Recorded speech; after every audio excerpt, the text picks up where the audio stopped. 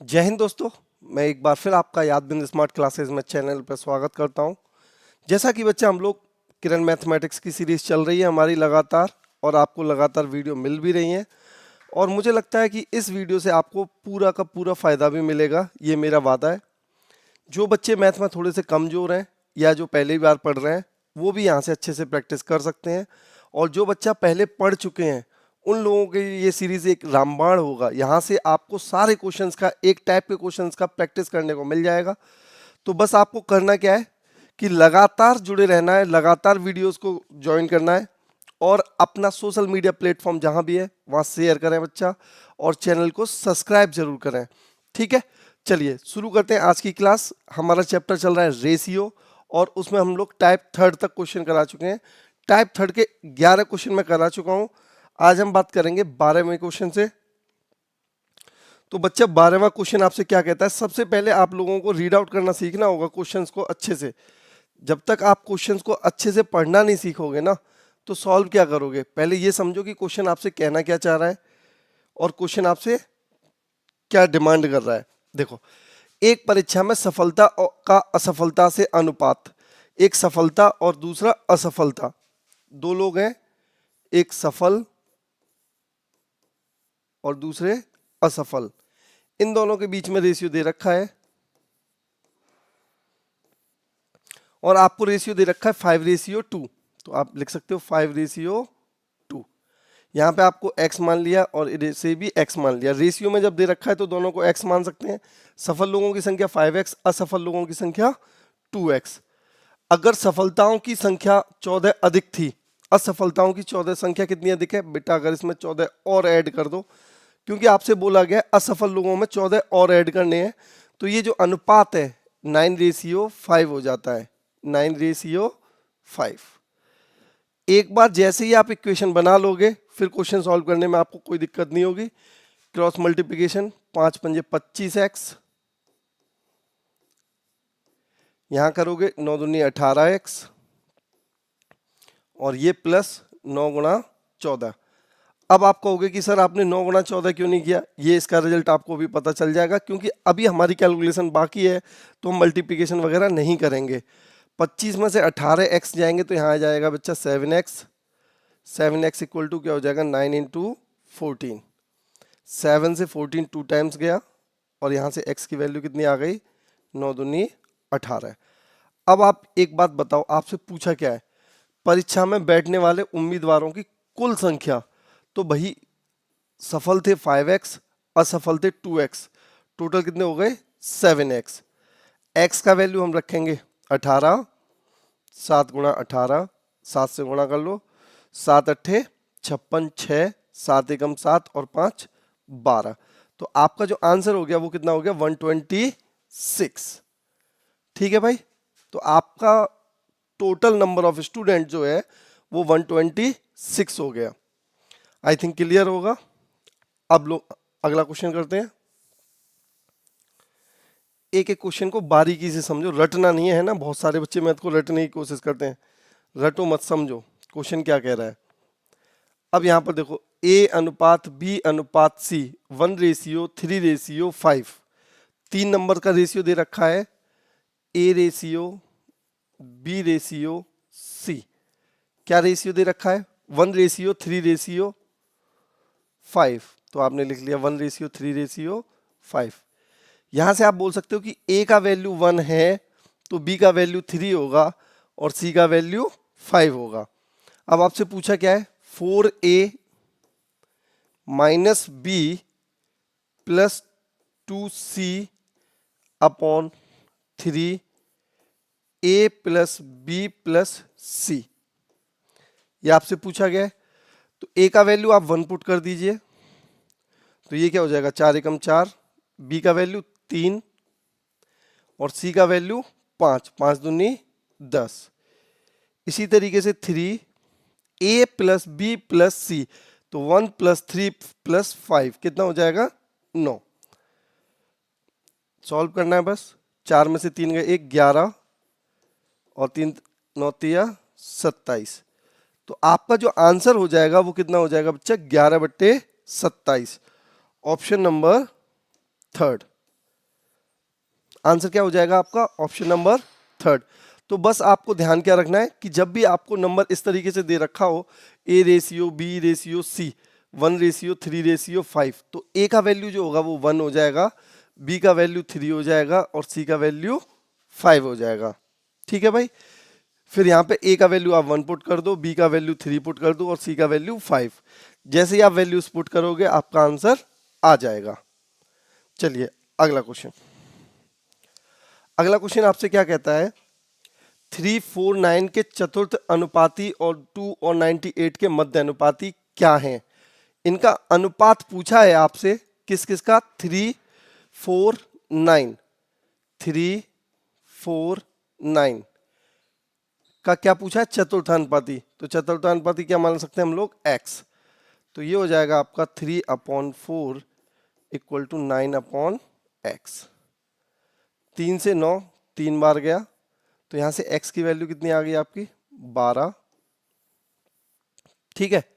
और 298 का मध्य अनुपात 2y98। तो यहां से आप वैल्यू रखोगे तो 2/y y/98। तो यहां से वैल्यू क्या हो जाएगी? y² इक्वल टू क्या हो जाएगा? 196। अब 196 का अंडर रूट आपको याद है 14, तो यहां से y की वैल्यू आ गई 14। अब आपको इन दोनों के बीच का रेशियो पूछा है, तो ये क्या हो जाएगा? 12/14, जो कितना हो जाएगा? 2 से काटोगे 6/7। क्या रेशियो हो जाएगा बच्चा? 6/7। तो आपका आंसर हो जाएगा ऑप्शन नंबर 4। ठीक है, यहां तक आगे बढ़ते हैं। अगला क्वेश्चन बहुत सिंपल चैप्टर है रेशियो, बस आपको लगातार क्वेश्चन करने हैं। मैथ अगर किसी बच्चे को ठीक करना है ना अपना, तो वो ये बस एक चीज सोच ले कि मैं नंबर ऑफ क्वेश्चंस जितने ज्यादा लगाऊंगा अपने हाथों से, उतना ही मेरा मैथ अच्छा होगा। आप मैथ में नंबर ऑफ क्वेश्चंस की प्रैक्टिस करते रहो तो आपके सारे कॉन्सेप्ट आपको याद हो जाएंगे। यहाँ पे आपसे दे रखा है A रेशियो B 2/3। अब आप एक बात बताओ, A रेशियो B आपको 2/3, आगे दे रखा है B-A। अब आप बताओ B-A अगर आप करते हो B-A तो कितना यूनिट वैल्यू बनेगा? 1 यूनिट बनेगा। और 1 यूनिट की वैल्यू कितना दे रखा है? 28। 1 यूनिट का वैल्यू कितना दे रखा है? 28। आपसे क्या पूछा है? B+A। अगर आप B+A करोगे तो ये कितना हो जाएगा? 2 और 3 5। 1 यूनिट की वैल्यू 28 है, तो 5 यूनिट की वैल्यू क्या हो जाएगी? 28 से मल्टीप्लाई कर दो, 140। कितना वैल्यू हो जाएगा? 140। बहुत इजी क्वेश्चन है। और देखो एग्जाम में सारे क्वेश्चन पूछे भी हैं, ऐसा नहीं कि एग्जाम में सारे के सारे क्वेश्चंस आपसे टफ पूछे जाते हैं। बहुत सारे क्वेश्चंस इजी भी पूछे जाते हैं। 40% 30% थोड़े से क्वेश्चनों का लेवल अच्छा होता है, बाकी क्वेश्चन सारे इजी ही होते हैं। तो इस टाइप से ये क्वेश्चन बन जाएगा आपका। आगे बढ़ते हैं। नेक्स्ट क्वेश्चन 24 150 के मध्य समानुपाती। तो 24 और कितना है? 150 का मध्य अनुपात क्या मान लो? y। x मानते हैं, पहले x मानेंगे फिर y मानेंगे। तो इसका रिलेशन क्या हो जाएगा? 24/x equal to x/150। हाँ है ना? अब देखो आप यहां से x² की वैल्यू आ जाएगी 24 गुणा 150। अब 24 को आप देखो क्या लिख सकते हो? सबसे पहले कभी भी इस तरीके से नंबर दे रखा हो तो इसको मल्टीप्लाई करके वर्गमूल नहीं निकालना है, यहीं से आप इसे फैक्टर करो और फिर वर्गमूल निकालो। जैसे यहां से क्या कर सकते हो? 4 गुणा 6, 6 चौक 24। ठीक है। अब इसे कितने से कर सकते हो? 25 गुणा 6। अब x²।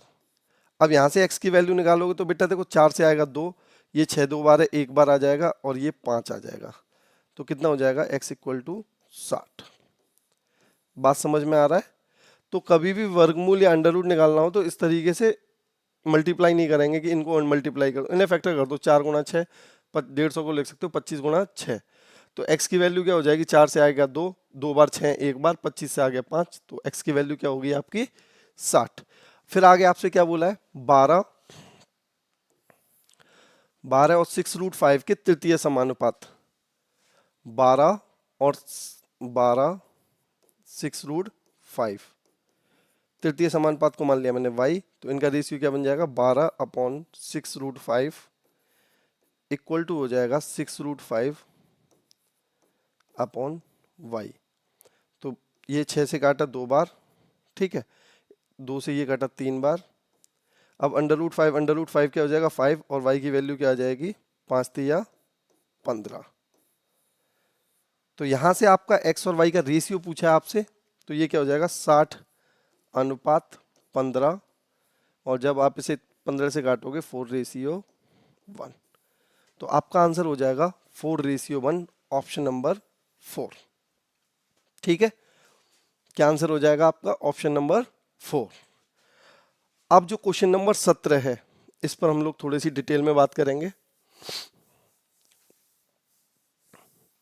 क्वेश्चन नंबर 17 को आपको सीखना होगा अच्छे से। देखो मैं इसके लिए एक एग्जांपल देता हूं आपको। सबसे पहले अगर मैं आपसे कहता हूं कि A/B है 2:3, यहां से समझो आप लोग, और मैं बोलता हूं B/C है आपका 4:5, कुछ भी रेशियो मान लिया मैंने।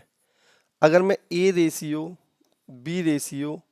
लेता हूं तो यहाँ पे क्या हो जाएगा, आपको मैंने बताया 2:3 और ये हो जाएगा 4:5।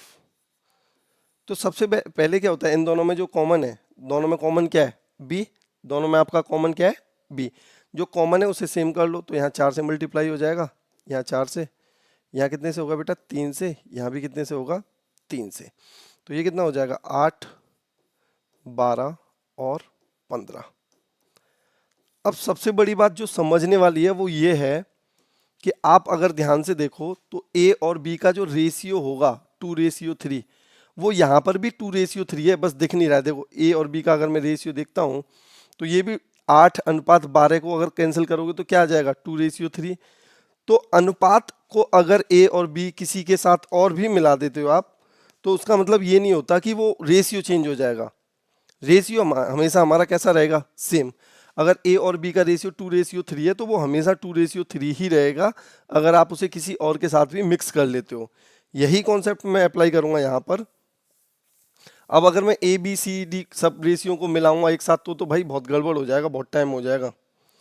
अब क्वेश्चन को कैसे करना है ये देख लो आप।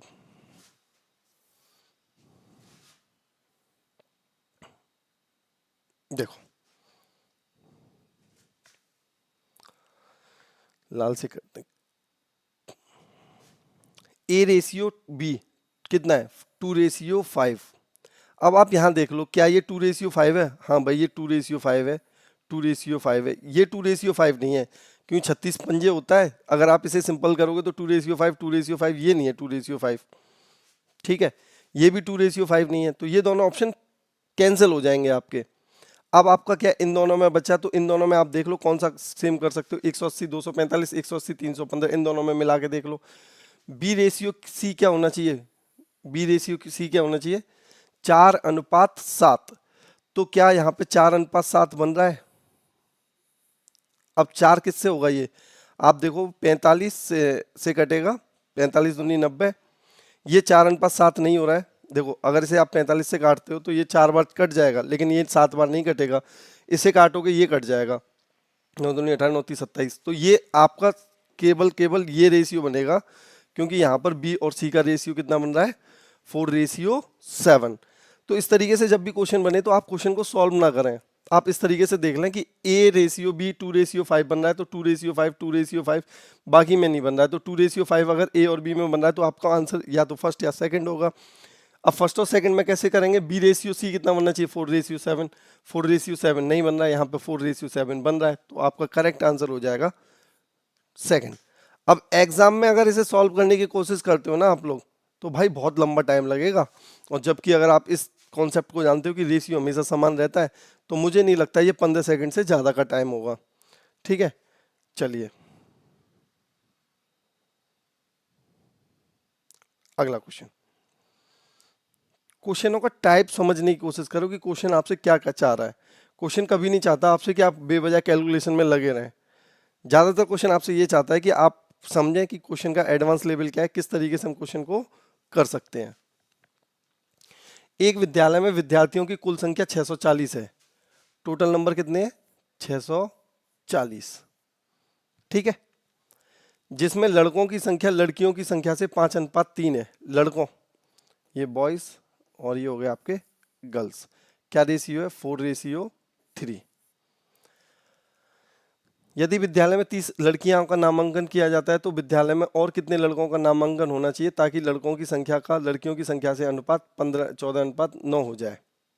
ठीक है, अगर आप इसे चाहो तो एक तो टोटल वाला दे रखा है, आप टोटल से निकाल सकते हो। ठीक है, अब टोटल कितना दे रखा है? 600, ये सॉरी 5:3 दे रखा है आपको, 5:3। अगर 5:3 टोटल 8 हो रहे हैं और 8 की वैल्यू दे रखी है आपको 640, तो कितने से गुणा हो रहा है? 80 से। कितने से गुणा हो रहा है बेटा? 80 से।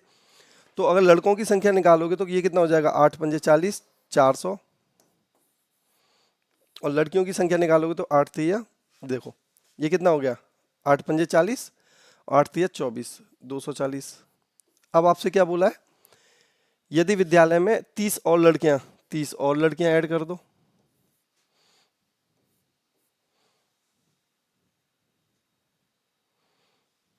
तो कितने लड़कों का नामांकन होना चाहिए? हमें नहीं पता, हमने सोचा x लड़के और बढ़ा दो, और ये रेशियो कितना हो जाना चाहिए? 14:19।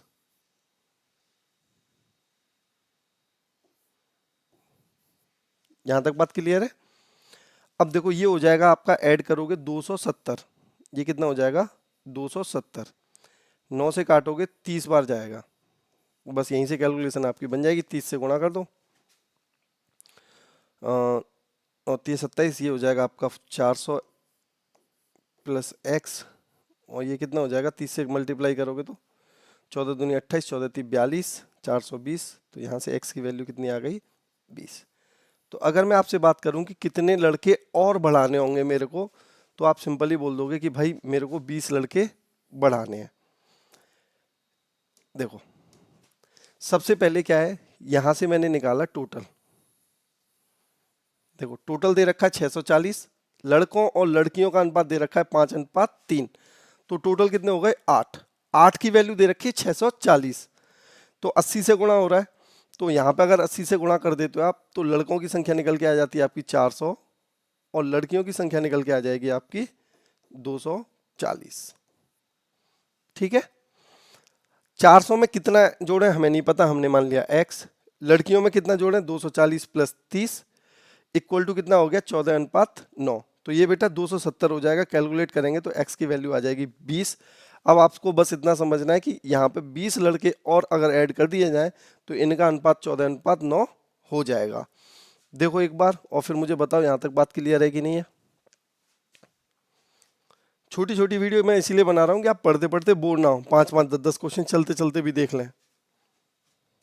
ठीक है, ओके, चलिए आगे बढ़ते हैं। एक और नए क्वेश्चन से मुलाकात। यदि x देश मध्य अनुपात है, ऐसे क्वेश्चन मैं करा ही चुका हूँ सारे, 2-3 क्वेश्चन पहले हो चुके हैं, तो बस इसमें कैलकुलेशन है, आप प्रैक्टिस करिएगा।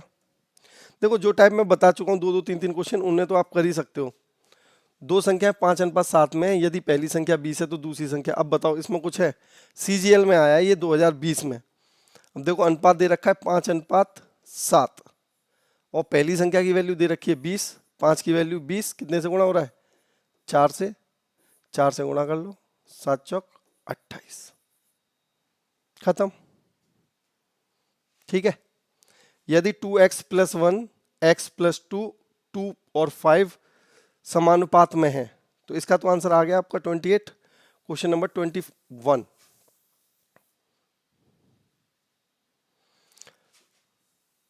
2x + 1, 2x + 1 अपॉन x + 2 क्या दे रखा है? 2/5। तो इसका मल्टीप्लाई करोगे, 5×2 = 10 + 5, 2x + 2 से मल्टीप्लाई किया 4, तो ये इधर आएगा 8x, और ये माइनस का 1, तो यहाँ से x की वैल्यू क्या आ जाएगी? -1/8। x की वैल्यू कितनी आ गई बच्चे यहाँ से -1/8। अब आपसे क्या पूछा है 3 माइनस का मध्य अनुपातिक बताओ।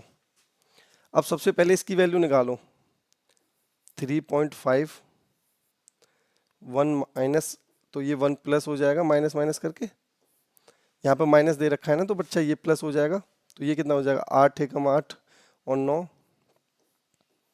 3.5 इंटू 9/8। ठीक है, दूसरा क्या दे रखा है 8 1 प्लस एक्स, तो यहाँ पे माइनस हो जाएगा 8 एकम 8 और ये 7 8 गुणा 7/8, 8 से 8 कैंसिल हो जाएगा और आपका आंसर कितना हो जाएगा यहाँ पर 7। ठीक है, अगर आप इसे कैलकुलेट करोगे या फिर ऐसे ही कर लो डायरेक्ट, तो यहाँ पे देखो ये नंबर और ये उनका मध्य अनुपातिक पूछा। मध्य अनुपातिक का सिंपल सा मीनिंग होता है वाई स्क्वायर इक्वल टू, तो ये अंडर रूट में चला जाएगा, तो वाई स्क्वायर की वैल्यू अंडर रूट में आ जाएगी, इन दोनों का मल्टीप्लाई होकर 3.5 इंटू 9/8 इंटू 7, ये सॉल्व करना होगा आपको। ठीक है, मैं आपको बता रहा हूँ, मेरा मेन उद्देश्य यहाँ पर आपको कैलकुलेशन सिखाना नहीं है। मेन उद्देश्य मेरा है कि आप कॉन्सेप्ट को समझें, और एक बार आप कॉन्सेप्ट को समझ गए फिर कोई प्रॉब्लम नहीं है। अब इसे सॉल्व करने के लिए इसे 35.8 10 कर लीजिएगा और फिर उसी तरीके से ये कैलकुलेट हो जाएगा। तो आज हम लोग कर चुके हैं 21 क्वेश्चन, आगे हम वाली वीडियो में हम इससे नेक्स्ट क्वेश्चन आगे बढ़ेंगे। ठीक है भाई, चलिए, लेकिन एक बार ज़रूर है कि भाई आप लोग मुझे लगता है शेयर कम कर रहे हैं, तो जो बच्चा वीडियोस देख रहे हैं शेयर जरूर करते रहें। उससे क्या होता है कि हमें मज़ा सा आता है कि नहीं भाई हमारा जो रिजल्ट हम कर रहे हैं उससे मज़ा आ रहा है। ठीक है, चलिए, थैंक यू सो मच।